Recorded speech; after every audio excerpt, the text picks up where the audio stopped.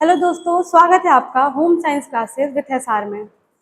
आपको पता है कि एक तो हमारी पीवाईक्यू सीरीज चल रही है यूजीसी नेट को टारगेट करके, जो कि 2021 के सीरीज के क्वेश्चंस मैं विथ एक्सप्लेनेशन और थियरी के साथ करा रही हूँ। और दूसरी तरफ हमारा जो न्यूट्रिशन का डाइट और न्यूट्रिशन का एक सेगमेंट चल रहा है, तो उसी की आज हमारी क्लास है। पिछली क्लास में हमने कार्बोहाइड्रेट्स के बारे में पढ़ा था और मैंने बोला भी था कि आगे इसकी डिटेल्ड क्लासेस आएंगी। तो आज हम कार्बोहाइड्रेट्स के क्लासिफिकेशंस के बारे में पढ़ेंगे। तो आज का टॉपिक क्या है आपका? Classification of carbohydrates. ठीक है, आराम आराम से समझिएगा, कुछ चीजें पुरानी रिवाइज करते चलेंगे, कुछ नई चीजें ऐड करते चलेंगे। चलिए देखते हैं क्लासिफिकेशन, यानी कि आपने पहले पढ़ा था कार्बोहाइड्रेट, ठीक है ना, उसके फंक्शंस पढ़ लिए थे, क्या होता है, कितने मॉलिक्यूल से बनता है, क्या फॉर्मूला होता है बेसिक, ये सब आपने पढ़ लिया है। आपने ये भी पढ़ लिया कि कार्बोहाइड्रेट हमारी बॉडी में कैसे काम करता है, उसका डाइजेशन कैसे होता है, उसका मेटाबॉलिज्म कैसे होता है। ठीक है, ये सारी चीजें हम लोग कवर कर चुके हैं। अब हमें क्या करना है? क्लासिफिकेशन को कवर करना है। तो जब हम क्लासिफिकेशन यानी कि वर्गीकरण की बात करते हैं, तो बेसिकली कार्बोहाइड्रेट्स तीन टाइप्स के हैं, मोनोसैकेराइड, डाइसैकेराइड, पॉलीसैकेराइड। पर इसी में एक चीज और है जो इस चार्ट में नहीं मेंशन है, वो मैं बता दे रही हूँ। यहाँ पर हमारा एक तीसरा जो आता है तीसरे नंबर पे, उसे हम क्या कहते हैं? ऑलिगोसैकेराइड। ऑलिगोसैकेराइड्स पिछली क्लास में मैंने आपको बताया था, उसके थोड़े बहुत क्लासिफिकेशंस के बारे में। तो अब हम इन्हीं चारों को डिटेल में पढ़ेंगे, क्योंकि आपका जो प्रश्न है वो डायरेक्ट नहीं बनता है, इन्हीं ऑप्शंस में से, एग्जांपल्स में से और उनके जो भी रिसोर्सेज हैं उनमें से क्वेश्चंस घुमा घुमा के पूछे जाते हैं। तो आपको घूमना नहीं है, ऐसे कॉन्सेप्ट क्लियर करना है, ऐसे क्वेश्चंस को लगाना है कि आप एकदम सही आंसर ही करके आए। ठीक है, तो आइए चलते पहले मोनोसैकेराइड, एक इसको थॉरली देख लेते हैं क्या है ये। मोनोसैकेराइड में आपने पढ़ा था कि ग्लूकोज है, फ्रक्टोज है और गैलेक्टोज है। ये तीनों क्या है? सिंगल शुगर है। क्या है? सिंगल शुगर, एक ही शुगर मिला है, यानी कि एक यूनिट है। डाइसैकेराइड में है माल्टोज, सुक्रोज और लैक्टोज। डाई का मतलब दो, यहाँ पे क्या है? दो शुगर मॉलिक्यूल्स हैं आपके जो आपस में बॉन्डेड हैं या आपस में जुड़े हुए हैं। ठीक है, तीसरा आपका पॉलीसैकेराइड यानी स्टार्च, ग्लाइकोजन, सेलुलोज, हेमिसेलुलोज। ठीक है, ये सारे क्या है? आपके मैनी शुगर मॉलिक्यूल्स हैं, यानी कि इसमें बहुत सारे, लगभग 10 से ज्यादा, ठीक है ना, 10 से ज्यादा जब मॉलिक्यूल्स हमारे यूज होते हैं वो हमारा क्या कहलाता है? पॉलीसैकेराइड। लेकिन जब हम 3 से 10 के बीच की क्राइटेरिया को लेकर चलते हैं, यानी कि जब 3 से 10 मॉलिक्यूल्स मिलकर के बनाते हैं, तो वो क्या बनाते हैं? ऑलिगोसैकेराइड्स बनाते हैं। ठीक है, जिसका आपने राइबोज वगैरह एग्जाम्पल वगैरह देखा था। चलिए अब इसी के एक एक पार्ट्स को, यानी कि सबसे पहले हम मोनोसैकेराइड्स को पढ़ेंगे कि मोनोसैकेराइड्स क्या है। ठीक है, बेसिकली मोनोसैकेराइड भी वही है जो आपका ग्लूकोज है, कार्बोहाइड्रेट है। ठीक है, सेम वही चीजें हैं, लेकिन फिर भी देख लीजिए क्या है monosaccharide. Monosaccharide are the simplest form of carbohydrates found in nature. एक चीज शुरू करने से पहले बता देते हैं कि ये पूरी स्लाइड्स जो हैं आपको इंग्लिश में ही है, लेकिन मैं आपको एक्सप्लेनेशन हिंदी में ही करूंगी ताकि हिंदी और इंग्लिश दोनों का बैलेंस जो है वो बना रहे। बाइलिंगुअल ही चलेंगी हमारी क्लासेस। ठीक है, कभी कभी ऐसा होता है कि समय नहीं रह पाता है, तो इस कारण से हिंदी इंग्लिश दोनों नहीं बन पाता है, तो आप लोग थोड़ा सा कॉपरेट जरूर करिएगा, वीडियो देखिएगा। जो पॉइंट्स मैं हिंदी में बता रही हूँ आप उनको नोट्स करके आराम से चीजों को समझ सकते हैं। सबसे पहले चीज की क्या है? सिंपलेस्ट फॉर्म ऑफ कार्बोहाइड्रेट है, यानी कि सबसे सरलतम रूप किसका? कार्बोहाइड्रेट का। सरल क्यों है ये? क्यों? क्योंकि इसमें एक मॉलिक्यूल यूज होता है। अब वो मोनोसैकेराइड्स के कितने भी पार्ट्स होंगे, कितने भी क्लासिफिकेशंस होंगे, उनका मेन मोटिव क्या है? एक ही यूनिट को यूज करना। ठीक है, ये नेचर में पाया जाने वाला सबसे सिंपलेस्ट फॉर्म है। It is very important for making fuel for human cell and tissue. Fuel का मतलब क्या है? तेल। गाड़ी को चलने के लिए क्या चाहिए? तेल चाहिए। ऐसे ही हमारी बॉडी को चलने के लिए क्या चाहिए? फ्यूल चाहिए, यानी कि हमारी बॉडी को चलने के लिए ब्लड चाहिए।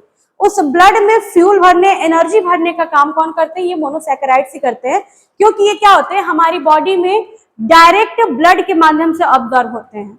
ठीक है, यानी कि इनको सिंपलर फॉर्म में टूटने की जरूरत नहीं है, ये ऑलरेडी बहुत सिंपल होते हैं और ये डायरेक्ट हमारे ब्लड स्ट्रीम में मिल जाते हैं, ब्लड में मिल जाते हैं और वहां से एनर्जी एटीपी के थ्रू प्रोवाइड करना शुरू कर देते हैं। ठीक है, तो अगर कभी कोई प्रश्न ऐसा आता है कि मोनोसैकेराइड और का ब्रेकडाउन किसमें होता है, तो ध्यान दीजिएगा कि मोनोसैकेराइड ऑलरेडी एक क्या है, सिंगल यूनिट है, इसका ब्रेकडाउन नहीं होता है, ये डायरेक्ट हमारे ब्लड स्ट्रीम में मिल जाती है। Monosaccharides are chemical building blocks of carbohydrate. Chemical building blocks क्या है कि रासायनिक, बिल्डिंग का मतलब वो भवन वाला नहीं, कोई भी एक संरचना बनाने के लिए जो बेसिक चीजें होती हैं, ब्लॉक्स होते हैं। जैसे मान लीजिए क्या है आपका कार्बोहाइड्रेट, क्या है, ये एक मोनोसैकेराइड है, ठीक, फिर दो मोनोसैकेराइड मिलकर डाई बनेंगे, तीन मिलकर के ऑलिगो बनेंगे, और जब हम 10 से ज्यादा का यूज करेंगे तो ये हमारा क्या बन जाएगा, ये हमारा बन जाएगा पॉलीसैकेराइड। और पॉलीसैकेराइड फिर क्या है, हमारा कार्बोहाइड्रेट का ही फॉर्म है। तो ये मोनोसैकेराइड्स यानी कि एक सिंगल यूनिट से क्या करते हैं, बिल्डिंग ब्लॉक्स बनाते हैं। जैसे कोई भी मकान का निर्माण करना होता है तो हम क्या करते हैं, एक एक ईंट को रखते हैं ना, एक एक ईंट रखते हैं तो एक दीवार पूरी बनती है, ठीक है, उसके बाद दीवार से सारा पूरा घर बनता है। तो सेम वही चीज है कि बिल्डिंग ब्लॉक्स का ये काम करते हैं, क्योंकि एक दूसरे से लिंक होकर के बॉन्डिंग करते हैं।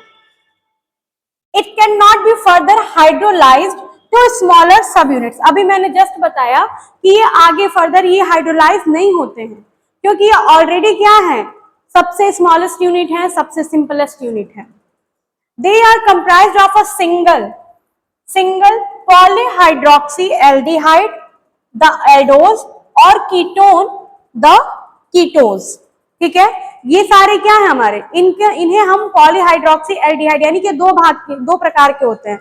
मोनोसैकेराइड्स भी 2 टाइप्स के होते हैं। ठीक है, एक होता है हमारा एल्डिहाइड ग्रुप और एक होता है हमारा कीटोन ग्रुप। ठीक है, एल्डिहाइड ग्रुप में आपके ग्लूकोज और गैलेक्टोज, जो अभी आप मोनोसैकेराइड्स के क्लासिफिकेशन पढ़ेंगे तो उसमें आपको दिखाई देगा, तो ग्लूकोज और गैलेक्टोज जो होते हैं वो हमारे एल्डिहाइड ग्रुप के होते हैं, और कीटोन ग्रुप के कौन से होते हैं, फ्रक्टोज जो होता है वो हमारा कीटोन ग्रुप का होता है। ठीक है, इसीलिए ध्यान दीजिएगा कि जैसे आपको फॉर्मूला याद रखना जरूरी है, वैसे ही कार्बोहाइड्रेट का जो साइंटिफिक नेम होता है वो भी यही होता है, इसलिए इसको ध्यान रखिएगा, पॉलीहाइड्रोक्सी एल्डिहाइड। कोई नाम अगर आपको याद ना हो तो आप उसको शॉर्ट में तोड़ के याद करिए, सबसे इजी तरीका होता है नाम याद करने का। पॉली बहुत, हाइड्रोक्सी एल्डिहाइड या कीटोन, शॉर्ट में सिर्फ अगर कह दे तो सिर्फ कीटोन।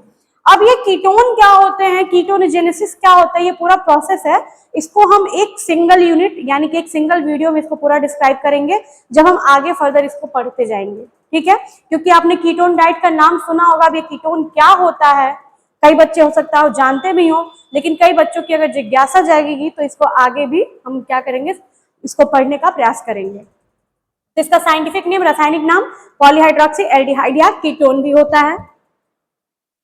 स्क्रीनशॉट लेना हो तो आप ले सकते हैं,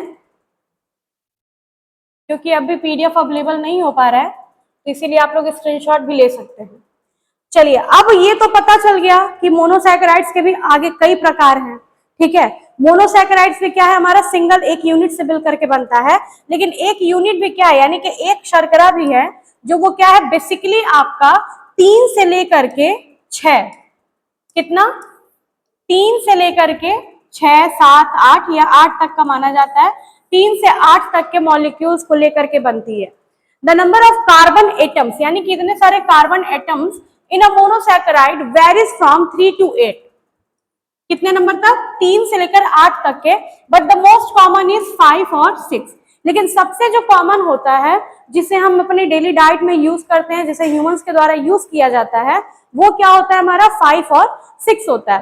3, 4, 5, 6, 7, 8 होते हैं टोटल, लेकिन हमारा बेसिकली क्या होता है, 3, 5 और 6 जो है वो हमारे लिए यूजफुल होता है, ह्यूमन बॉडी के लिए यूजफुल होता है एज अ न्यूट्रिएंट। चलिए क्लासिफिकेशन देखते हैं, हो सकता हो कि इनके नाम से रिलेटेड क्वेश्चंस आ जाएं डायरेक्ट कि किसमें कितने कार्बन एटम्स होते हैं। ध्यान दीजिएगा कि कार्बन एटम्स के अकॉर्डिंग इनको डिवाइड किया गया है। जब 3 कार्बन एटम्स होते हैं तो इसको हम क्या कहेंगे, ट्रायोड्स, 3 ट्रायोड्स। जब 4 कार्बन एटम्स होंगे तो क्या कहेंगे, टेट्रोस कहेंगे। ठीक है, और जब 5 कार्बन एटम्स होंगे तो क्या कहेंगे? पेंटोज कहेंगे। 6 कार्बन एटम्स होंगे तो क्या कहेंगे? हेक्सोज। और 7 होंगे तो हेप्टोज। ये नाम याद रखिएगा, triose, tetrose, pentose, hexose, heptose. इसमें सबसे कॉमन क्या है आपका? पेंटोज और हेक्सोज, यानी कि 5वां और 6वां, 5 कार्बन से और 6 कार्बन से मिलकर के जो बने हुए हैं, ये सारे क्या है आपके? ये ज्यादा इंपॉर्टेंट होते हैं, जो कि हमारा ग्लूकोज, फ्रक्टोज, लैक्टोज वगैरह है, ठीक है, ये सारे इसमें आते हैं। चलिए कहाँ चलेंगे, आते हैं फिर इसका आगे, कुछ और भी एक्सप्लेनेशंस हैं। The most important monosaccharide for human nutrition are pentose. अभी जो मैंने बताया पेंटोज, पेंटोज किसमें होता है? पेंटोज का प्रकार क्या है हमारा? राइबोज। इसका बेस्ट एग्जांपल है राइबोज, ठीक है। अच्छा, राइबोज से आपको कुछ याद आ रहा है? थोड़ा सा दिमाग पे जोर दीजिए, क्या आपको राइबोज से रिलेटेड कुछ चीज, कोई टर्मिनोलॉजी याद आ रही है कि राइबोज क्या है? नहीं याद आ रहा है? मैं एक छोटा सा बताती हूँ आपको, RNA, राइबो न्यूक्लिक एसिड, ये याद है आपको जी? राइबोज जो होता है आरएनए फॉर्मेशन में क्या करता है? हेल्प करता है, ठीक है। चलिए ये सब आगे डिटेल में पढ़ने वाली चीजें हैं। अब आते हैं हेक्सोज। हेक्सोज क्या है? जो हमारा ग्लूकोज, फ्रक्टोज और गैलेक्टोज में पाता है, जिन्हें बेसिकली मोनोसैकेराइड्स का क्लासिफिकेशन के अंदर हमें पढ़ना होता है। तो 3 होते हैं, ठीक है, ग्लूकोज, फ्रक्टोज और गैलेक्टोज, ये तीनों होते हैं आपके। इनका यही नाम है, इनका कोई अलग नाम नहीं है, जो भी नाम है वो मैं आगे बता रही हूँ, यानी कि कोई हिंदी नाम नहीं है, बस यही नाम है इनका, ग्लूकोज, फ्रक्टोज और गैलेक्टोज। ऑल हेक्सोज, हेक्सोज यानी कि जो 6 कार्बन एटम्स को कंटेन किया है, contain the same number and kinds of atoms and have the formula is same, C6H12O6। ये क्या होता है? ये सेम फॉर्मूला होता है, किसका किसका? जो भी हेक्सोज है हमारा, ठीक है ना। हेक्सोज यानी कि जिसके अंदर 6 कार्बन एटम्स हैं हमारे, वो पूरा का पूरा क्या होगा? उसका सेम फॉर्मूला होगा। आप कार्बोहाइड्रेट का, अगर इसका मोनोसैकेराइड्स के किसी को भी आप लेंगे, चाहे ग्लूकोज को लीजिए, फ्रक्टोज को लीजिए, गैलेक्टोज को लीजिए, उसका फॉर्मूला क्या होगा? यही होगा, जिसे हम ऐसे लिखते हैं C6H12O6, ठीक है। They are same but they have different properties and vary in their degree of sweetness. ये तीनों भले एक ही जैसे होते हैं, यानी कि सिंगल यूनिट से ही बने होते हैं, लेकिन फिर भी इनके कुछ कुछ प्रॉपर्टीज क्या होती हैं? अलग अलग होती हैं। जैसे कुछ वाटर सॉल्युबल तो सारे ही होंगे, लेकिन कुछ क्या होंगे? क्रिस्टलाइन जल्दी हो जाते होंगे, ठीक है। कुछ क्रिस्टलाइन रवे यानी कि देर में बनते होंगे या न के बराबर बनते होंगे, तो थोड़े बहुत इसमें डिफरेंस है। और सबसे मेजर जो डिफरेंस है वो क्या है? इनका स्वीटनेस का, यानी कि इनका मिठास, इनका मीठापन। तो अलग अलग जो भी आपका ग्लूकोज है, फ्रक्टोज और गैलेक्टोज है, इनकी मिठास अलग अलग होती है, इसके आधार पे ये डिफरेंट होते हैं। मोनोसैकेराइड्स आर स्वीट, मीठे होते हैं। इनके फीचर्स क्या क्या है कि ये क्या है? मीठा, मिठास होती है इनमें। कलरलेस होते हैं, यानी कि रंगहीन, इनका कोई कलर नहीं होता है। क्रिस्टलाइन, रवे के रूप में होते हैं। एंड वाटर सॉल्युबल सॉलिड्स, यानी कि जल में घुलनशील होते हैं, ठीक है। अगर ग्लूकोज का एक सिंपल सा उदाहरण आपको चीनी दें, चीनी आपका मान लीजिए मोनोसैकेराइड है, ग्लूकोज है, आप इसको घोलते हैं तो क्या होता है? ये जल्दी घुल जाता है, ठीक है। इसीलिए तीनों के तीनों क्या है आपके? ग्लूकोज, फ्रक्टोज एंड गैलेक्टोज, यानी कि टोटल मोनोसैकेराइड्स क्या है आपके? वाटर सॉल्युबल सॉलिड्स के अंतर्गत आते हैं। They are reducing in nature, ठीक है। इनका नेचर कैसा होता है? रिड्यूसिंग नेचर होता है। अब ये रिड्यूसिंग क्या है, नॉन रिड्यूसिंग क्या है, ये भी आपका पूरा डिटेल में पढ़ने वाला टॉपिक है, इसे हम आगे की क्लास में कवर जरूर करेंगे। आप लोग लगातार क्लास से बने रहिएगा, क्योंकि कभी ना कभी ये सारे टॉपिक्स क्या हैं, मैं ऐसा नहीं हूं कि मैं जो कह रही हूँ कि अगले क्लास में करेंगे, अगले क्लास में करेंगे, उसका पर्पज ये होता है कि कुछ कुछ चीजें ऐसी होती हैं जो आपको सेपरेटली समझना है। आप भले आप अभी इतना पढ़ लोगे, और जब मैं उन चीजों को सेपरेट बताऊंगी ना, तो आप आराम से लिंक करके समझ लेंगे, ठीक है। तो इसीलिए मैं कहती हूँ बार बार कि आगे बताऊंगी, आगे बताऊंगी, ताकि आप लगातार जुड़े भी रहें क्लास से, यही पर्पज है, ठीक है। तो मोनोसैकेराइड्स बेसिकली क्या है? सबसे सिंपलेस्ट फॉर्म है, ठीक है, स्मॉलेस्ट फॉर्म कह सकते हैं, जो कि हमारे नेचर में फाउंड होता है, ठीक है। वनस्पति स्रोतों में ये बेसिकली पाया जाता है, हमारे प्लांट्स में, ठीक है। और सबसे बड़ी चीज क्या है कि इसका 3 क्लासिफिकेशन होता है। क्या क्या है? ग्लूकोज है, एग्जाम्पल की बात अगर करें तो ग्लूकोज है, फ्रक्टोज है, गैलेक्टोज है। इसके फीचर्स क्या क्या हैं कि ये स्वीट होता है, कलरलेस होता है यानी कि मीठा होता है, रंगहीन होता है, वाटर सॉल्युबल होता है, ठीक है ना, वाटर सॉल्युबल भी होता है, और क्रिस्टलाइन इन नेचर यानी कि क्रिस्टलीकरण रवे के रूप में भी ये होता है। ये कुछ इसकी खास बात है। ठीक, इनमें एक चीज ध्यान जरूर रखिएगा कि नंबर कार्बन एटम्स के अकॉर्डिंग जो नंबर्स हैं, नाम है, टर्मिनोलॉजीज हैं, उनको याद रखिएगा। जैसे कि 3 कार्बन के लिए ट्रायोज, 4 कार्बन के लिए टेट्रोज, 5 कार्बन के लिए पेंटोज, 6 कार्बन के लिए हेक्सोज, ठीक है। तो ये सारे क्या है, और 7 के लिए हेप्टोज, ये सारे क्या है आपके कार्बन एटम्स के अकॉर्डिंग इनके नाम है, तो इन्हें मत भूलिएगा। चलिए आगे चलते हैं। इन्हीं का क्लासिफिकेशन है जो अभी जिनकी हम लोग इतनी चर्चा कर रहे हैं, जिनकी इतनी बातें चल रही हैं, फाइनली वो यही हैं। चलिए, ग्लूकोज। ग्लूकोज ऐसा नाम है जिससे आप सभी परिचित होंगे, ठीक है, ऐसा कोई नहीं होगा जो इससे परिचित नहीं होगा। इसमें बहुत सारी चीजें आपके जानने के लिए हैं। सबसे पहला, glucose is a 6 carbon structure with the chemical formula of C6H12O6, क्योंकि मोनोसैकेराइड का फॉर्मूला है, सेम फॉर्मूला अप्लाई होगा। 6 कार्बन स्ट्रक्चर होता है। अच्छा, 6 कार्बन स्ट्रक्चर को हम क्या कहते हैं, अभी बताए हैं, हेक्सोज, ठीक है। The most nutritionally important and abundant monosaccharides is glucose, यानी कि सबसे ज्यादा पोषक वाला, यानी कि पोषक तत्वों से भरपूर या पोषणीय न्यूट्रिशन के अकॉर्डिंग, ठीक है, और सबसे प्रचुर मात्रा में अगर हमें कोई मिल पाता है तो वो क्या होता है, ग्लूकोज होता है। Which is used as the major cell fuel. Cell fuel यानी कि आपकी कोशिकाओं को, कोशिकाओं से उत्तकों को और उत्तकों से आपके शरीर को फ्यूल देने का काम, एनर्जी देने का काम सबसे इंस्टेंटली, सबसे जल्दी कोई करता है तो वो ग्लूकोज करता है। It can be found unbound in body tissues and fluids. ये हमारी बॉडी के टिश्यू या उत्तकों में और बॉडी फ्लूइड्स जो होते हैं उनमें ये पाया जाता है ग्लूकोज प्रचुर मात्रा में। Glucose is building block of several polysaccharides. ध्यान दीजिएगा कि कार्बोहाइड्रेट का बिल्डिंग ब्लॉक कौन है, ध्यान दीजिएगा, कार्बोहाइड्रेट का बिल्डिंग ब्लॉक यानी कि यूनिट जो है वो हमारा क्या है, मोनोसैकेराइड, कार्बोहाइड्रेट का, ठीक है।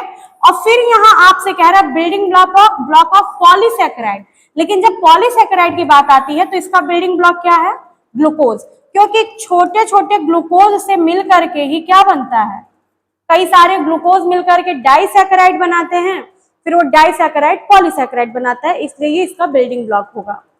It is our body's primary source of energy. हमारी बॉडी का सबसे प्राइमरी सोर्स ऑफ एनर्जी क्या है, ग्लूकोज ही है, ठीक है। क्योंकि आप लोगों ने रियल लाइफ में हमारा ऐसा होता है कि जब भी किसी व्यक्ति को चक्कर आता है या फिर उसका बीपी बढ़ता है, शुगर डाउन होता है और कमजोरी महसूस होती है, तो हम क्या करते हैं, इंस्टेंटली हम अपने घर पर ही चीनी का घोल, नमक का घोल, नींबू का घोल, ये सारे घोल बना करके पिला देते हैं। तो चीनी बेसिकली, क्योंकि उसको किसी स्मॉल यूनिट में डिवाइड नहीं होना है, ब्रेक डाउन नहीं होना है उसका, इसीलिए वो क्या होता है, हमारे ब्लड स्ट्रीम में तत्काल चला जाता है, तत्काल मिल जाता है, ठीक है। तो जैसे ही आपकी बॉडी में ग्लूकोज का लेवल ऊपर होता है, ब्लड शुगर का लेवल क्या होता है, बूस्ट कर जाता है, अप होता है, ठीक है। और ब्लड शुगर का लेवल ऊपर होने की वजह से क्या होता है कि आपका एनर्जी बॉडी में फ्यूल जो होता है, तेल आपकी रगों में दौड़ने लगता है, ठीक है। तो ध्यान दीजिएगा कि तीनों क्या है, अप जा रहे हैं। कैसे कैसे जा रहे हैं बताते हैं। जैसे यहां पे समझिए कि हमने सबसे पहले क्या किया, ग्लूकोज की मात्रा ली, ग्लूकोज ज्यादा मात्रा में लिया तो इससे हमारा ब्लड शुगर क्या है, वो भी ऊपर जा रहा है, बूस्ट हो रहा है। और ब्लड शुगर बूस्ट होने की वजह से हमारा क्या होगा, जो हमारी बॉडी का एनर्जी लेवल होगा वो क्या होगा, बढ़ने लगेगा, ज्यादा होने लगेगा, ठीक है। इसीलिए देखिए इंस्टेंट एनर्जी के रूप में हम लोग क्या यूज करते हैं, WHO का जो ORS घोल होता है, घोल का भी यूज करते हैं, बच्चों के लिए भी होता है, बड़ों के लिए भी होता है। ग्लूकॉन डी सबसे कॉमन, सबसे ज्यादा यूजफुल होता है ग्लूकॉन डी, बच्चों के लिए, बड़ों के लिए सबसे ज्यादा यूज करते हैं। ग्लूकोज डी आता था पहले। ये सारे क्या हमें इंस्टेंट एनर्जी देने का काम करते हैं, ठीक है। तो इनका यूज होता है बॉडी के लिए एनर्जी प्रोवाइड करने के लिए फ्यूल के रूप में। इन तीनों में अगर रिलेशन की बात की जाए तो क्या है, पॉजिटिव रिलेशन तीनों में, यानी कि तीनों क्या है, एक एक साथ बढ़ते जा रहे हैं। Glucose is the sugar which is absorbed into the blood stream after carbohydrates are digested in the body। Same वही चीज है जो मैं आपको बताते आ रही हूँ कि जैसे ही कार्बोहाइड्रेट डाइजेस्ट होता है, जैसे स्टार्च का एग्जांपल लेते हैं। स्टार्च क्या होता है? पॉलीसैकेराइड होता है, ठीक है, बहुत सारे अणुओं से मिलकर के बना होता है। तो वो क्या होता है, मुंह में ही इसका पाचन स्टार्ट हो जाता है। टाइलिन एंजाइम उस पर काम करता है, एमाइलेज एंजाइम उस पर काम करता है, ठीक है। ये सारे एंजाइम क्या करते हैं? स्टार्च को ब्रेक डाउन करते हैं, break down of starch in mouth, मुंह के अंदर करते हैं। फिर धीरे धीरे वो हमारे स्टमक में आता है। स्टमक के बाद पैनक्रियाटिक जो एंजाइम्स होते हैं, वहां भी एमाइलेज होता है, वो उसको और छोटे भागों में तोड़ता है, कार्बोहाइड्रेट को, स्टार्च को, पॉलीसैकेराइड्स को डाई में कन्वर्ट करता है, और फिर वो छोटी आंत तक पहुंचते पहुंचते मोनोसैकेराइड में कन्वर्ट हो जाता है, और वहीं से डायरेक्ट फिर वो ब्लड स्ट्रीम में मिल जाता है। तो इतना टिटिम्मा इसमें नहीं होता, इतनी सारी चीजें नहीं जाती हैं, डायरेक्ट वो हमारे ब्लड स्ट्रीम में कौन मिल जाता है? Glucose. It is also known as dextrose. हाँ देखिए, कई बच्चों को कंफ्यूजन होता है, एग्जाम में नाम पूछ लेता है तो कि डेक्सट्रोज तो अलग चीज है, इसको तो कॉर्न शुगर के नाम से जाना जाता है। तो हाँ बच्चों, ये सही है कि इसको हम कॉर्न शुगर के नाम से जानते हैं, ठीक है, कॉर्न शुगर, क्योंकि डेक्सट्रोज की सर्वाधिक मात्रा जो होती है वो कॉर्न और मक्कों में ही पाई जाती है, मक्के में। लेकिन फिर भी हम ग्लूकोज को, क्योंकि वो भी एनर्जी का सोर्स है, इसलिए हम ग्लूकोज को डेक्सट्रोज के नाम से भी जान लेते हैं, ठीक है। It is available in powder and liquid form in the market, यानी कि पाउडर के रूप में भी होता है, लिक्विड के फॉर्म में भी मिलता है, ये सब हम जानते ही हैं। मेडिकेशंस के लिए हॉस्पिटल वगैरह में भी क्या होता है, आपको ग्लूकोज चढ़ाया जाता है। अच्छा, एक चीज इसमें और बता दें, इसे हम अंगूर शर्करा भी कहते हैं, ठीक है, अंगूर शर्करा भी कहते हैं। इसके कई सारे नाम है, जैसे एक नाम तो हो गया आपका डेक्सट्रोज, दूसरा नाम आप नोट कर लीजिएगा, अंगूर शर्करा इसे हिंदी में कहते हैं, क्योंकि ये सर्वाधिक मात्रा में अंगूर में पाया जाता है, ठीक है। यानी कि अंगूर का लगभग लगभग 20% भाग, या जो उसका मेन गुदा पार्ट होता है, जो मेन उसका प्रोडक्ट होता है खाने वाला, छिलका अगर हटा दिया जाए तो उसका आधा भाग, 1/2 पार्ट जो होता है वो क्या होता है? हमारा ग्लूकोज ही होता है। किसका? अंगूर का। इसी कारण इसे हम क्या कहते हैं? अंगूर शर्करा कहते हैं, ठीक है। दूसरा नाम हमारा डेक्सट्रोज है, और एक और सबसे इंपॉर्टेंट नाम है कि इसे हम रक्त शर्करा या ब्लड शुगर भी कहते हैं, ठीक है, ब्लड शुगर, ब्लड शुगर। और अगर आप इसी बीमारी के बारे में जानेंगे तो ये क्या कहलाता है? मधुमेह या डायबिटीज, जिसमें ब्लड शुगर लेवल या तो ऊपर हो जाता है या बहुत नीचे हो जाता है, ठीक है। तो ये इसके एक नाम है, नोट जरूर कर लीजिए, चाहे तो स्क्रीनशॉट ले लीजिए इसका।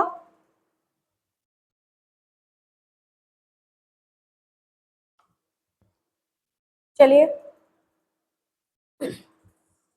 आगे, अब कुछ इसके डाइजेशन से रिलेटेड, यानी कि डाइजेशन और मेटाबॉलिज्म से रिलेटेड पॉइंट्स हैं, इन पे जरूर ध्यान दीजिएगा, क्योंकि अगर आप इसको एक बार समझ लिए तो फिर आपको दोबारा इसको पढ़ने या समझने की जरूरत नहीं पड़ेगी। Excess glucose is stored in the body as glycogen, a glucose polymer utilized during fasting। Simple सी बात है ये, अगर आपने पढ़ा होगा पहले भी या नहीं भी पढ़ा है तो भी मैं आपको बता दूं कि ग्लूकोज, कोई भी चीज की जब हम, ग्लूकोज हटाइए, किसी भी चीज की जब हम अति करते हैं हमारी बॉडी के लिए, तो वो क्या होता है? स्टोर होता है, कहीं ना कहीं जाकर के वो स्टोर होता है, या तो फिर किसी अन्य माध्यम से हमारे शरीर से बाहर निकलता है। तो 2-3 पॉइंट्स को ग्लाइकोजन और ग्लूकोज से रिलेटेड ध्यान रखिएगा कि ग्लूकोज की जब भी हमारे शरीर में अतिरिक्त मात्रा बढ़ती है, यानी कि अगर सामान्य तौर पर बात की जाए तो 100 mm जो हमारा ब्लड है, ठीक है, इसमें लगभग 800, ठीक है, 800 mm क्या होता है हमारा? 800 ml ब्लड में 100 mm हमारा क्या है? ग्लूकोज होता है, ठीक है। तो ये क्या करता है? ऑलरेडी ये ज्यादा है, और जैसे ही ये ज्यादा होगा, यानी कि अधिक मात्रा में हमारी बॉडी में ग्लूकोज बनता जाएगा, यूटिलाइज नहीं होगा, तो ये ग्लाइकोजन के रूप में हमारी बॉडी में स्टोर होने लगेगा। और ग्लाइकोजन के रूप में ये कहाँ कहाँ स्टोर होता है हमारी बॉडी में? एक तो लीवर में होता है, और दूसरा कहाँ होता है? मसल्स में होता है, ठीक है। लीवर और मसल्स में ये स्टोर होने लगता है, किस रूप में? ग्लाइकोजन के फॉर्म में। फिर जब हमारी बॉडी को फास्टिंग, यानी कि व्रत के दौरान, या कभी हम खाना नहीं खा पा रहे हैं, तो इस दौरान हमारी बॉडी को काम करने के लिए एनर्जी तो चाहिए ही, लेकिन वो एनर्जी अगर हम अपने डाइट में नहीं ले रहे हैं तो क्या होगा? फास्टिंग के दौरान, यानी कि जब हम कुछ भी नहीं खा रहे हैं या कार्बोहाइड्रेट हमारी बॉडी में नहीं जा रहा है, तो यही ग्लाइकोजन क्या हो जाएगा? कन्वर्ट हो जाएगा किसमें, ये ग्लाइकोजन कन्वर्ट हो जाएगा ग्लूकोज में, और ये फिर क्या करेगा, हमारी बॉडी को काम करने के लिए पर्याप्त ऊर्जा प्रोवाइड कराएगा। ठीक है, तो ये पहले क्या होता है, जब अधिक होता है तो ये ग्लूकोज से ग्लाइकोजन में बदल जाता है। फिर जब कम पड़ती है आवश्यकता, ब्लड शुगर लेवल लो होता है, तो ग्लाइकोजन कन्वर्ट हो जाता है हमारा ग्लूकोज में। इन दोनों ही प्रोसेस के लिए टर्मिनोलॉजी यूज होती है, ग्लाइकोलाइसिस, ग्लाइकोनियोजेनेसिस। ठीक है, इसमें 4 तरह की टर्मिनोलॉजी होती है, इससे भी हम आगे पढ़ेंगे अलग से, इसका अलग कॉन्सेप्ट है। ठीक है ना, तो ये सारा क्या है, फास्टिंग के दौरान ये चेंज हो जाता है। स्टोर किसमें होता है, लीवर और मसल में। एक चीज और, अगर मान लीजिए कि ग्लाइकोजन भी क्या है कि ग्लाइकोजन ग्लूकोज में कन्वर्ट ही नहीं हो पा रहा है, हम ग्लूकोज की मात्रा बढ़ाते जा रहे हैं और ग्लाइकोजन हमारी बॉडी में स्टोर होता जा रहा है, फास्टिंग भी नहीं रख रहे हैं, कार्बोहाइड्रेट्स डेली नीड ले ही रहे हैं, तो इस कंडीशन में क्या होता है कि ग्लाइकोजन हमारी बॉडी में फैट के रूप में जमा होने लगता है।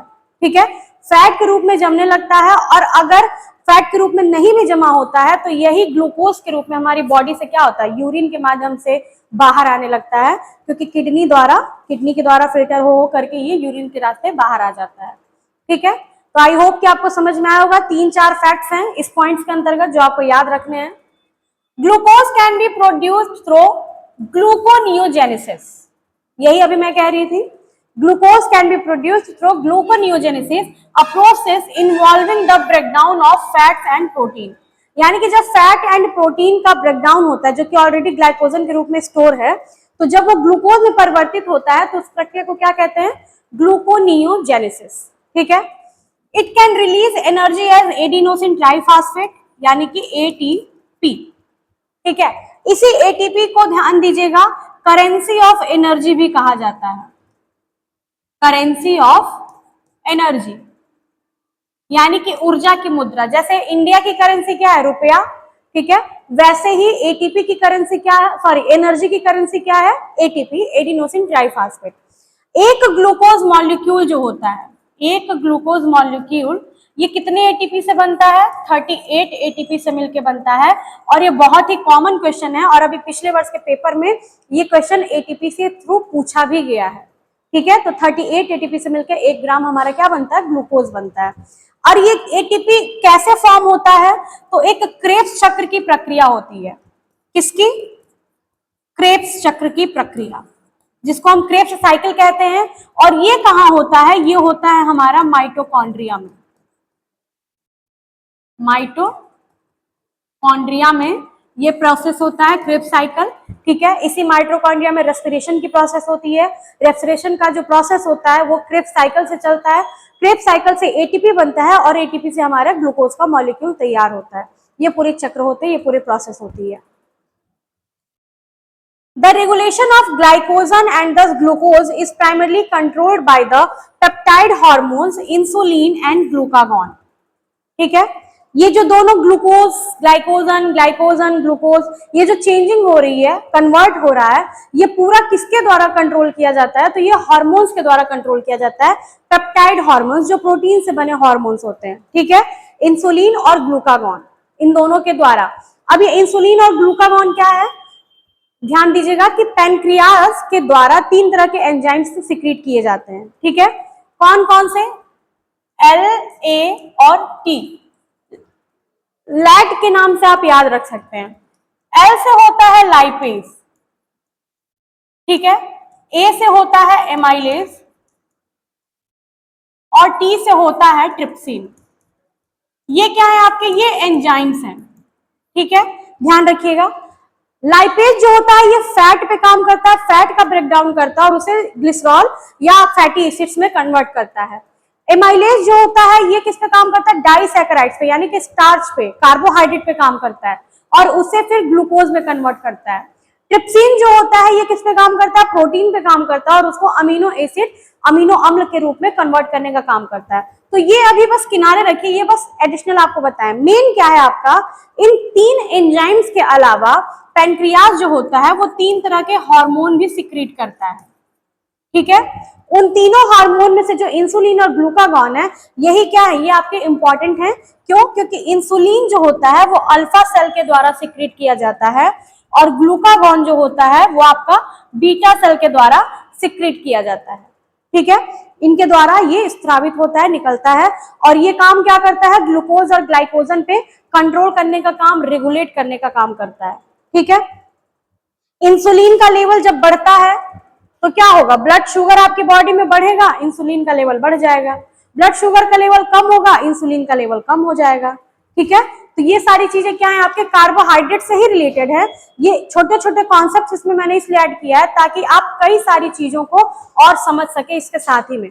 जैसे कि यहाँ पे एक फिगर भी ऐड किया हुआ है, इस फिगर को अगर आप देखेंगे, फिगर देखिए, when we eat carbohydrate food, जब हम कार्बोहाइड्रेट खाते हैं तो क्या होता है, चाहे वो ब्रेड हो, पास्ता हो, चावल हो, सीरियल्स हो, स्टार्ची वेजिटेबल्स हो, या फिर फ्रूट हो, मिल्क हो, योगर्ट हो, कुछ भी खा रहे हैं, कार्बोहाइड्रेट से रिलेटेड अगर आप कुछ भी खा रहे हैं तो सबसे पहले अभी मैंने बताया कि यहाँ पे एक टाइलिन नामक, यानी कि हमारे मुंह में जो लार ग्रंथियों के द्वारा स्रावित होता है, किसके द्वारा, लार ग्रंथियों के द्वारा। ठीक है, अगर मैं इनको भी डिटेल में बताऊं तो 3 तरह की लार ग्रंथियां होती हैं, सबमैंडिबुलर होता है, सबलिंगुअल होता है, और पैरोटिड ग्रंथियां होती हैं। ठीक है, सबमैंडिबुलर ग्रंथि जो होती है हमारे लिप्स के अपर भाग में होती है, सबलिंगुअल नीचे वाले भाग में होती है, और पैरोटिड हमारे कान के पास होती है। इसे बस ऐसे बता रहे हैं आपको ताकि आपको रिलेट करने में समझ पाए, ये सब भी आगे अच्छे से पढ़ने वाली चीजें हैं। ठीक है, तो वहीं से आपका टाइलिन, जिसको कि एमाइलेज के नाम से भी जाना जाता है, किस नाम से, एमाइलेज। ठीक है, यही एक ही एंजाइम है ये सारा, इसी एंजाइम के द्वारा स्टार्च, ये जो स्टार्च है आपका, ये डाइजेस्ट होना, यानी कि इसका ब्रेकडाउन होना स्टार्ट हो जाता है। फिर यहाँ आता है, इसका स्टमक में कोई डाइजेशन नहीं होता है, स्टमक में आपका सिर्फ प्रोटीन का डाइजेशन होता है। फिर जब आप पैनक्रियास के पास आते हैं, ठीक है, अग्नाशय के पास आते हैं, वहां पर फिर यही सारे एंजाइम्स क्या करते हैं, हेल्प करते हैं डाइजेशन में, किसके, एमाइलेज क्या करता है, कार्बोहाइड्रेट के डाइजेशन में हेल्प करता है, उसे ब्रेक डाउन करता है, फिर वो धीरे धीरे छोटी आंत में आता है, ग्लूकोज में कन्वर्ट होता है, और फिर ब्लड स्ट्रीम के द्वारा वो हमारी पूरी बॉडी में एनर्जी फ्यूल के रूप में दौड़ने लगता है। They are broken down into glucose like sugar in our gut and the glucose sugar enters our blood stream. Same वही चीज है जो मैंने अभी आपको जस्ट बताया है। तो ये पूरा प्रोसेस क्या है, ग्लूकोज। ग्लूकोज को इतना डिटेल में बताने का पर्पज यही है कि कुछ कुछ चीजें जो रिलेटेड है आप उसको एक साथ पढ़ सकें, और जो प्रोसेस मैंने बताया, ग्लाइकोलाइसिस, ग्लूकोजेनोसिस, ग्लूकोनियोजेनेसिस, ग्लाइकोलाइसिस, ये सारे प्रोसेस क्या है, हमें अलग से इन्हें पढ़ना है, लेकिन ध्यान दीजिएगा कि ये ग्लूकोज, ग्लाइकोजन, पायरुवेट इनसे रिलेटेड ही है। ठीक है, चलिए अगला है हमारा फ्रक्टोज। मोनोसैकेराइड पढ़ा आपने, मोनोसैकेराइड में क्या है आपका, सबसे पहला है ग्लूकोज, ग्लूकोज के बाद से हमारा क्या है, फ्रक्टोज। ठीक है, फ्रक्टोज को देखते क्या है, कई सारे इसके भी नाम है, जैसे आपके ग्लूकोज के अलग अलग नाम है, वैसे इसके भी बहुत सारे नाम है। Fructose is a monosaccharide which means it's simple sugar. पहले ही मैंने बताया कि मोनोसैकेराइड में सारे ही क्या है, कितने भी एग्जांपल्स आप पढ़ते जाएंगे, एक सिंगल यूनिट ऑफ शुगर से ये बनते हैं, इसलिए सबसे क्या है, सिंपलेस्ट फॉर्म है और स्मॉलेस्ट फॉर्म ऑफ कार्बोहाइड्रेट है। ठीक है, it is also known as fruit sugar. एक चीज बता दें, मिस हो गया है, मिस क्या हुआ है कि हालांकि आप पढ़ चुके हैं, पता है आपको, एक बहुत ही कॉमन क्वेश्चन आता है जो टीजीटी पीजीटी में भी पूछता है, नेट जेआरएफ में भी पूछता है कि कार्बोहाइड्रेट का सबसे सरलतम रूप कौन सा है। ठीक है, कार्बोहाइड्रेट का सबसे जटिलतम रूप कौन सा है, तो कार्बोहाइड्रेट का सबसे सरलतम रूप आपका ग्लूकोज है, और सबसे जटिलतम रूप कौन सा होगा, स्टार्च होगा, क्योंकि सरलतम रूप एक यूनिट से बना है और सबसे जटिलतम रूप आपके बहुत सारे यूनिट से मिलकर के, बहुत सारे कार्बन एटम से मिलकर के बना है। तो it is also known as fruit sugar. इसे हम क्या कहते हैं, फल शर्करा भी कहते हैं। फल शर्करा क्यों कहते हैं, क्योंकि ये शहद में और आपके फलों में ज्यादातर पाया जाता है, अधिक मात्रा में पाया जाता है, because it is found in many fruit such as apple, date, figs, pears and prunes. ठीक है, बहुत सारे फलों में पाया जाता है। Fructose is 1.2 to 1.8 times sweeter than sucrose, यानी कि सुक्रोज से ये 1.2 से, मतलब मान के चलिए कि 1 से 2 गुना ज्यादा मीठे होते हैं। ठीक है, fructose is metabolised in the liver, intestine, kidney, adipose tissue and muscle. ये लीवर में, हमारी आंतों में, किडनी में, हमारे जो उपकला उत्तक है, यानी कि हमारी जो टिश्यूज होते हैं हमारी स्किन के, उसमें, और हमारे मसल्स में क्या होते हैं, मेटाबोलाइज होते हैं, यानी कि डाइजेशन के बाद से मेटाबॉलिक जो प्रक्रिया होती है वो यहाँ पर पूरे बॉडी में हमारे क्या करता है, कन्वर्ट होता है, जाता है, जाने का काम करता है। Fructose metabolism does not require insulin and has a low impact on blood glucose level। यानी कि ग्लूकोज में आपने पढ़ा कि उसके क्या कहते हैं, उसके मेटाबॉलिज्म के लिए इंसुलिन की आवश्यकता है, लेकिन फ्रक्टोज के मेटाबॉलिज्म के लिए इंसुलिन की आवश्यकता नहीं होती है। इसमें ब्लड ग्लूकोज लेवल भी क्या होता है, बहुत अधिक प्रभावित नहीं होता है फ्रक्टोज के द्वारा। Like other sugars, fructose provides 4 calories per gram.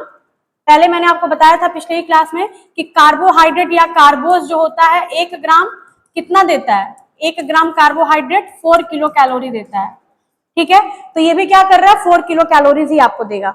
It is also called लेवुलोज, ये इसका नाम है लेवुलोज, ये भी ध्यान रखिएगा। लेवुलोज नाम है, फ्रूट शुगर नाम है। कई बार नाम से संबंधित क्वेश्चन आते हैं, बच्चे बहुत कंफ्यूज होते हैं, तो आपको कंफ्यूज होने की जरूरत नहीं है, ठीक है। तीसरा और कह सकते हैं कि लास्ट, ये हमारा क्या है, गैलेक्टोज, ठीक है। गैलेक्टोज क्या है, ये भी आपका मोनोसैकेराइड ही है, ठीक है। गैलेक्टोज भी क्या है, मोनोसैकेराइड ही है। Galactose is a naturally occurring monosaccharide that forms the disaccharide lactose when combined with glucose another monosaccharide. यानी कि जब हम एक मॉलिक्यूल हमारा ग्लूकोज का लेते हैं प्लस एक मॉलिक्यूल हम गैलेक्टोज का लेते हैं, तो ये हमारा क्या फॉर्म करता है, ये हमारा फॉर्म करता है लैक्टोज बनाने का काम करता है, ठीक है। लेकिन बेसिकली लैक्टोज आपका डाइसैकेराइड है, आपको पढ़ना क्या है, galactose. It is highly present in milk and low amount in other foods.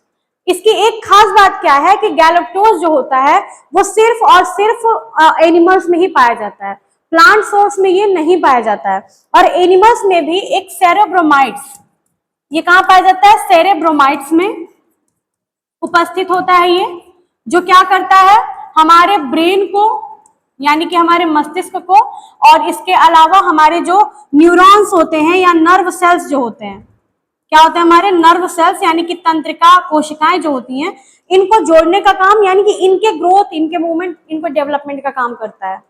This sugar is converted in glucose in the human body.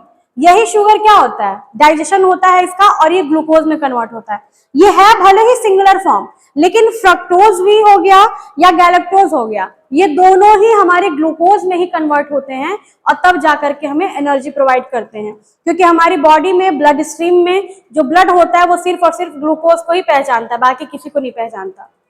Galactose is classified as monosaccharide and aldose, hexose and reducing sugar। इसे हम reducing sugar के रूप में भी जानते हैं, hexose के नाम में भी जानते हैं क्योंकि हेक्सोज 6 कार्बन एटम से बनता है, और एल्डोज के नाम से भी जानते हैं यानी कि एल्डिहाइड होता है, ठीक है। गैलेक्टोज, ग्लूकोज और गैलेक्टोज क्या है, एल्डिहाइड है, एल्डोज है, और जो हमारा फ्रुक्टोज होता है वो क्या है, कीटोन है। Galactose is found in most living cells including yeast and bacteria। यानी कि yeast और बैक्टीरिया में क्या होते हैं, लिविंग सेल्स में, एनिमल सेल्स में ये ज्यादातर पाए जाते हैं। It's also a component of glycolipids which are found in the brain and other nervous tissue of most animals। अभी मैंने बताया क्या है हमारा ग्लाइकोलिपिड्स यानी कि सेरेब्रोमाइट्स, ये यहाँ पर फाउंड होते हैं जो कि ब्रेन और नर्वस टिश्यू जो होता है वहां पर पाया जाता है। Galactose has the chemical formula same रहेगा हमारा C6H12 and O6 same as the glucose। Galactosomia is a condition that occurs when there are problem with galactose metabolism। The only known treatment is to eliminate galactose from your diet usually by avoiding dairy products। एक condition ये होती है कि जब हम galactose की पर्याप्त मात्रा तो ले रहे हैं लेकिन वो ग्लूकोज में कन्वर्ट नहीं हो रहा है, हमें एनर्जी नहीं दे रहा है, तो वो क्या होता है, गैलेक्टोसेमिया नामक एक बीमारी होती है, एक कंडीशन होती है, फिजिकल कंडीशन, जिसमें इसकी मात्रा क्या होती है, स्टोर होने लगती है, ज्यादा हो जाती है हमारी बॉडी में। तो अगर इस बीमारी से बचना है या इसको दूर करना होता है तो हम उसमें क्या करते हैं, इसकी मात्रा, डेयरी प्रोडक्ट्स की मात्रा, गैलेक्टोज की मात्रा कम कर देते हैं, क्योंकि गैलेक्टोज किसमें पाया जाता है, डेयरी प्रोडक्ट्स में ज्यादातर पाया जाता है, ठीक है। यहाँ पे क्लासिक गैलेक्टोसीमिया के कुछ केस स्टडी यानी कि सिम्टम्स वगैरह क्या क्या है, वॉमिटिंग है, डायरिया है, उल्टी होना, दस्त होना, failure to thrive, hypoglycaemia. Hypoglycaemia का मतलब क्या है कि ब्लड ग्लूकोज लेवल लो होना, मेंटल रिटार्डेशन, मानसिक जो विकलांगता आती है वो भी होता है, ब्रेन डैमेज होता है, ठीक है, जॉन्डिस, शरीर पे पीलापन होने की पूरी संभावना, मतलब ये भी दिखाई देता है जॉन्डिस के लक्षण, enlarge liver, kidney damage, kidney में का डैमेज होना, लीवर का साइज बढ़ जाना, ठीक है, इंक्रीज इनडायरेक्ट बिलिरुबिन, ये सारे क्या है, ये सारे गैलेक्टोसीमिया के ही आपके लक्षण होते हैं, ठीक है। तो बेसिकली ये आपका तीनों पार्ट है किसका, मोनोसैकेराइड का, ग्लूकोज, फ्रक्टोज, गैलेक्टोज, ठीक है। इसमें कुछ चीजें एडिशनल क्या है, ग्लूकोज लेवल, यहाँ पे अभी जो टर्मिनोलॉजी आपने देखी हाइपोग्लाइसीमिया, ये क्या है बस इसके लिए बता दें, ये आपका नॉर्मल लेवल है, नॉर्मल शुगर है, ये शुगर मॉलिक्यूल्स हैं आपके जो व्हाइट व्हाइट आपको दिखाई दे रहे हैं, ना बहुत ज्यादा है ना बहुत कम है। लेकिन जब ये बहुत कम होते हैं तो हाइपोग्लाइसीमिया होता है, यानी कि जब बॉडी में शुगर का लेवल लो होता है, ग्लूकोज का लेवल लो होता है तो हाइपोग्लाइसीमिया होता है। फिर एक हाइपरग्लाइसीमिया होता है, यानी कि जब बहुत सारे मॉलिक्यूल्स हैं हमारे किसके, शुगर के, यानी कि ग्लूकोज की मात्रा क्या है, बहुत ज्यादा जब हो जाती है तो वो कंडीशन होती है हाइपरग्लाइसीमिया, ठीक है। इंसुलिन भी इसी से कोरिलेटेड होता है, कैसे ये समझ लीजिएगा कि जब इंसुलिन बहुत अधिक होता है तो शुगर लेवल क्या हो जाएगा, हाइपोग्लाइसीमिया होगा, कोरिलेशन उल्टा है इसमें, और जब कम होगा तो क्या हो जाएगा, हाइपरग्लाइसीमिया हो जाएगा, ठीक है। ये शुगर है, कुछ कुछ उनके other names and food sources हैं, ये याद रखिएगा आप लोग, ठीक है। ग्लूकोज हो गया आपका, ग्लूकोज है, ग्लूकोज को हम क्या कहते हैं, ब्लड शुगर के नाम से जानते हैं, अंगूर शर्करा के नाम से जानते हैं, डेक्सट्रोज के नाम से भी जानते हैं, ठीक है, फ्रूट्स वेजीज और ग्रेन्स में पाया जाता है। सुक्रोज हम कल की क्लास में पढ़ेंगे। फ्रक्टोज को हम फ्रूट शुगर भी कहते हैं, लेवुलोज भी कहते हैं, जो कि फ्रूट में और हनी में पाया जाता है। फिर माल्टोज भी आपका डाइसैकेराइड है। लैक्टोज को क्या कहते हैं, मिल्क शुगर कहते हैं, और ये मिल्क में ज्यादातर या मिल्क प्रोडक्ट्स में ज्यादातर पाया जाता है, ठीक है। तो आज की क्लास में बस इतना ही, बाकी डाइसैकेराइड्स है तो कल हम लोग डाइसैकेराइड्स को कवर करने की कोशिश करेंगे, ठीक है। चलिए, क्लास अच्छी लगी होगी तो लाइक शेयर और सब्सक्राइब जरूर कर दीजिएगा, और कल की क्लास के लिए वेट करिएगा। Thank you so much.